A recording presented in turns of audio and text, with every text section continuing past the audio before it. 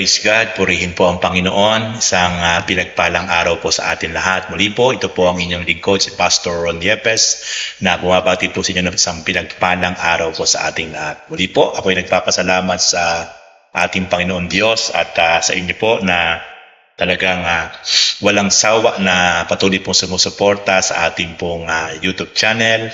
Salamat po sa inyo pong patuloy na suporta at sa inyo pong pag-share ng ating mga videos na mas marami po nakakapanood at napagpapala. Salamat din po sa inyo pong mga comment. Ito po ay personal po natin talagang binabasa ang inyo po mga comment at ako din po mismo ang personal talaga na isa-isa talagang nagre-reply sa inyo po. Ako po mismo po talaga. Kaya po salamat at ako po i-inspired sa inyo po mga comment na kayo pinapagpapala, kayo po talaga ay nakasubaybay sa ating pong YouTube channel. Maraming salamat po. Ito po yung isa po nagiging dahilan kung bakit po patuloy tayo po talaga ay nagpapatuloy at nai-inspire na talagang mangaral at magturo na salita ng Diyos dito po sa atin siya, sapagkat nakikita ko po na parami po kayo ng parami na talaga po tumututok at napagpapala po sa ating po programa.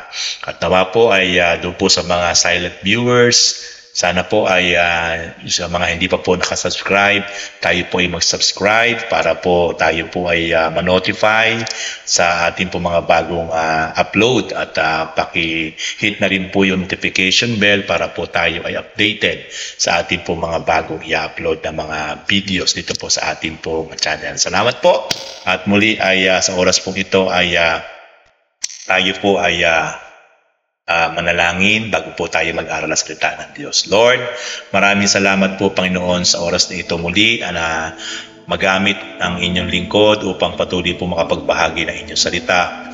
Dalayan ko po na sa bawat isang manonood ngayon, kayo po ang patuloy, Lord, na gumalaw at kumilos. Pagpalain niyo po sila, i-bless niyo po sila, Father God, sa pamamagitan po ng inyong powerful word, O God. Salamat po, Lord. Ito po ang aking dalangin.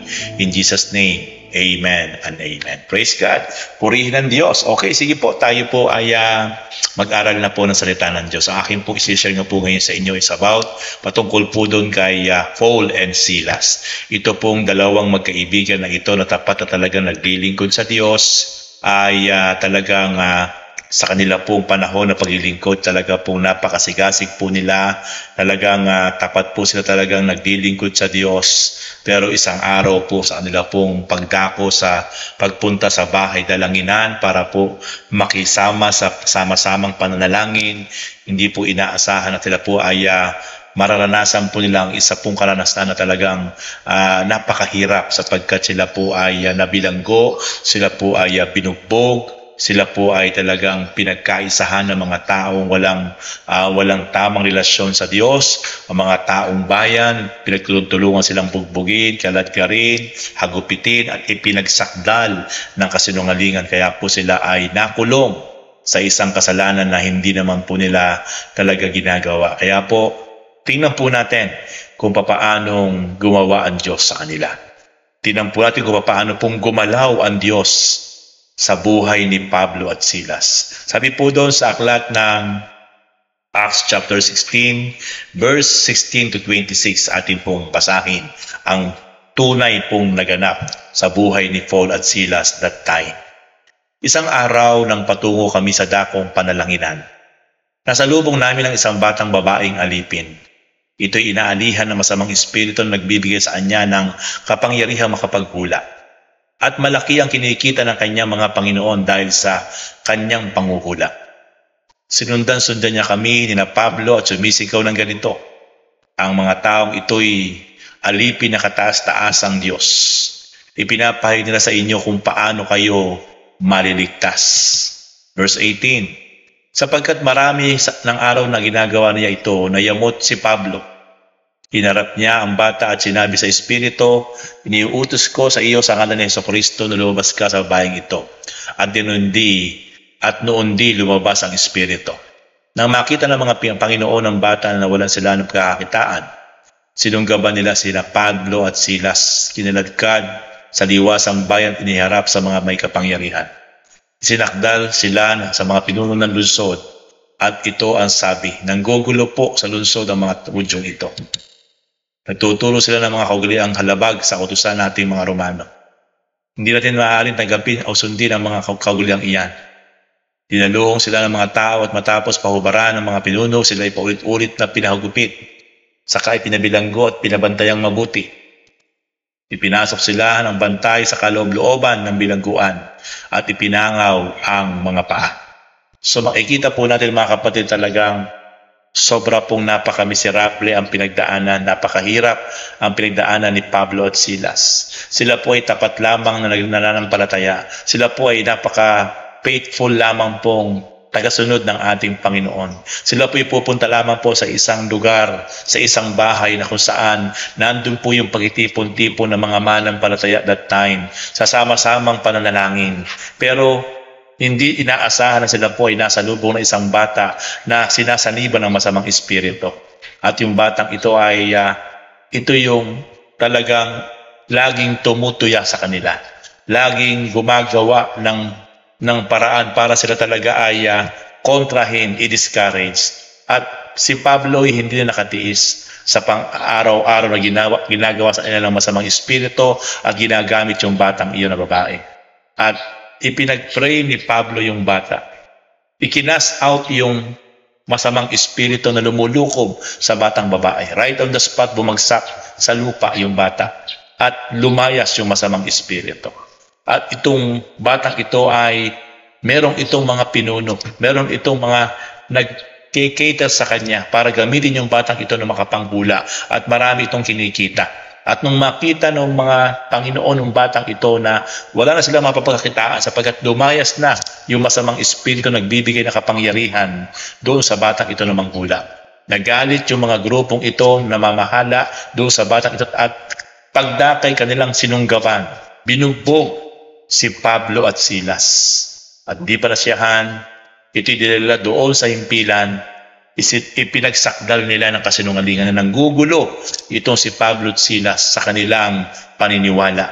At pagdakay nagalit yung mga tao na nakapakinig at ito ay muli binugbog si Pablo at Silas, hinubaran, hinagupit at ipinagsakdal at sila ay nabilanggo. Ito yung napakahirap na maranasan ng isang taong naglilingkod sa Diyos, na ikaw ay maparatangan, mapagbintangan ng kasinungalingan at ikay parusahan, wala ka namang ginagawang kasalanan.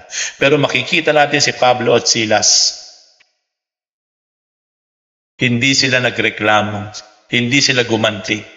Tiniis nila yung mga bugbog, pasakit, hagupit, sipa, suntok ng taong bayan. Hindi sila lumaban.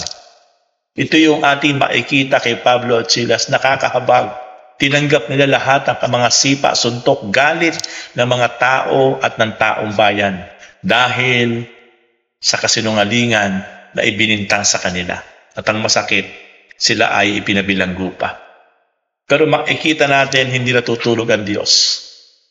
Hindi natutulog ang Diyos sa bawat isang tapat na sumusunod sa Kanya. Si Pablo at Silas, sabi doon sa Acts chapter 16, verse 25, nung habang sila'y nakakulong at nabilanggo sa piitan na maghahating gabi na, si Pablo at Silas ay nanalangin at umawit ng mga himno at nakikinig naman ng ibang mga bilanggo. Hindi kaginsagin sa lumindol ng napakalakas anupat na yanig pati ang mga pundasyon ng bilangguan. Pagdakil na buksan ng mga pinto at nakalag ang mga tanikala ng bilangguan. Makikita natin doon na talagang gumalaw ang Diyos sa buhay ni Pablo at Silas. At talagang nabuksan yung tanikala, nakalaya sila, pinalaya sila ng Panginoon Diyos. Lumindol at talagang sa pagdindol na uga yung pundasyon ng kulungan. At yung mga padlock ng kanilang bilangguan ay kusang nakalag sapagkat nakita ng Diyos na walang kasalanan si Pablo at Silas. Nakita niya talagang gumalaw sa buhay ng kanyang mga lingkod. At itong si Pablo at Silas ay talagang sa kabila talaga ng bugbog sarado, magaang buong katawan. Nakuha nilang manalangin dalawa. Nakuha nilang magpasalamat, nakuha nilang umawit, magpuri at sumamba sa Diyos. Nakuha nila talagang patuloy na humingi ng tulong sa Diyos. Hindi para magreklamo, hindi para mag-complain, kundi patuloy na magpakumbaba at humingi ng himala at tulong sa Diyos sa makapangyarihan sa lahat. At ito lahat ay ginerant ng Diyos. Gumalaw ang Diyos kay Pablo at Silas sapagkat nakita ng Diyos kay Pablo at Silas yun talagang katapatan na kahit nasaktan, kahit nabugbog, kahit pinahirapan, kahit kinalagkad, never na nagbitaw ng masakit na salita si Pablo at Silas at nag-complain sa Diyos. Bagkus sa kabila ng lahat, inawitan nila, pinarangalan nila, pinapurihan nila, sinamba nila ang Diyos sa gitna ng matinding sitwasyon sa loob ng kulungan.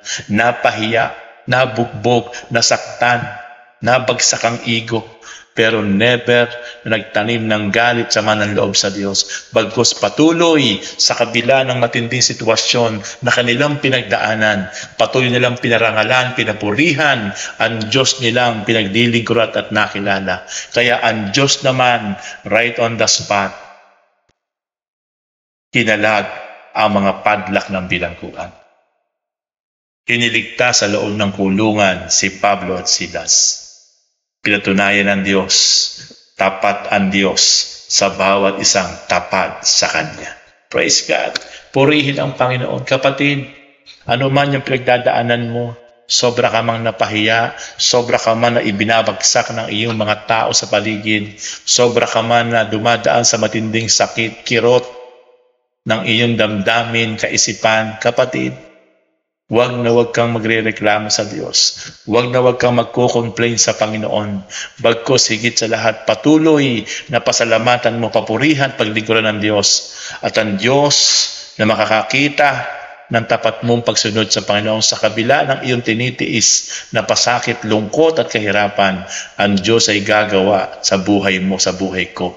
Palalayain ka ng Diyos. Bibigyan ka ng himala ng Diyos. Bibigyan ka ng pabor ng Diyos. At isang araw, mapapatunayan mo, napakabuti ng Diyos na ating pinararangalan, sinasamba at pinaglilingkuran. Praise God. Purihin ang Panginoon muli. Minsan pa nakita natin kung gaano kabuti ang Diyos. Kung gaano siya kadakila sa bawat isang tapat na talagang sumusunod sa kanilang buong katapatan, buong katapangan, at buong kapakumbabaan. Praise God. Purihin ang Panginoon. Sige kapatid, tayo ay manalangin. Ikaw ay pumikit at yumuko at tayo manalangin. Lord, salamat sa oras na ito. Salamat sa inyong salita sa buhay ni Pablo at Silas. Sa kabila po, Lord, na sila ay nabugbog. Sa kabila sila po, Lord, ay napahiya, Panginoon God, sa midla, sa gitna ng madla. Sa kabila po sila po tulungan, mga sakit, kirot, suntok, sipa, Panginoon God, na tiniis nila pero hindi sila lumaban. Pero salamat sapagkat pinatunayan niyo pong tapat kayo sa bawat isang tapat sa inyo, O God. Dalayan ko po, Lord, na patuloy ng bawat isang kapatid ngayon na nanonood, Panginoon, O God, anumang po, Lord, yung kanilang mga pinagdaanan, O God, mga kalungkutan, kasipayuan, kabiguan, Lord, pagkapahiya, Father God, hallelujah, tulungan niyo po sila na muli po, Lord, makabangon, patuloy po, Lord, na kayo po magpalaya, Lord, sa kanila, sa lahat na kanila po mga pinagdaanan, na mga katigatian, negative situation, Panginoon, hallelujah, struggle, Father God, palayain niyo po sila, bigyan niyo po, Lord, ng kapayapaan, kapanatagan, kaligayahan, nagmumula sa inyo, Panginoon, at gamitin niyo po sila, Father God, patuloy po, Lord, talaga po makapaglingkod sa inyo, makapag-akin ng mga kaluluwa, O God, na patuloy po sasamba, Lord, at pagbibigay ng papurit paggalang sa inyo, Panginoon. Dalayan ko po, Father God, na patuloy ang bawat isang babae at lalaki na ngayon po ay nanood sa YouTube channel na inyong lingkod. Hiling ko po talangin na patuloy po kayong gumalaw at kumilos. Pagpalain niyo po yung buhay nila, Panginoon God. I-release niyo po ang favors and provision sa buhay nila. Pagalingin niyo po ang kanilang mga sakit, karamdaman, physical, spiritual, Panginoon God. Hallelujah. At muli po ibalik niyo po, Lord, ang kapayapaan, kapanatagan sa puso't isip nila, Panginoon God. I speak blessing upon blessing. I speak healing upon healing, O God, sa buhay ng bawat isang mga kapatid na ngayon po ipatuloy pong nanood at sumubaybay sa YouTube channel channel ng inyong lingkod. Salamat Lord, Father God, muli sa inyo po lang binabalik ang papulit pasalamat. In Jesus' name we pray. Amen and amen. Praise God, purihin ang Panginoon. At muli, ako'y nagpapasalamat sa Diyos sa buhay ninyo na walang sawak patuloy na sumusuporta sa programang ito ng inyong lingkod, Pastor Ron Yepes. At muli, God richly bless you. Praise God, purihin ang Panginoon.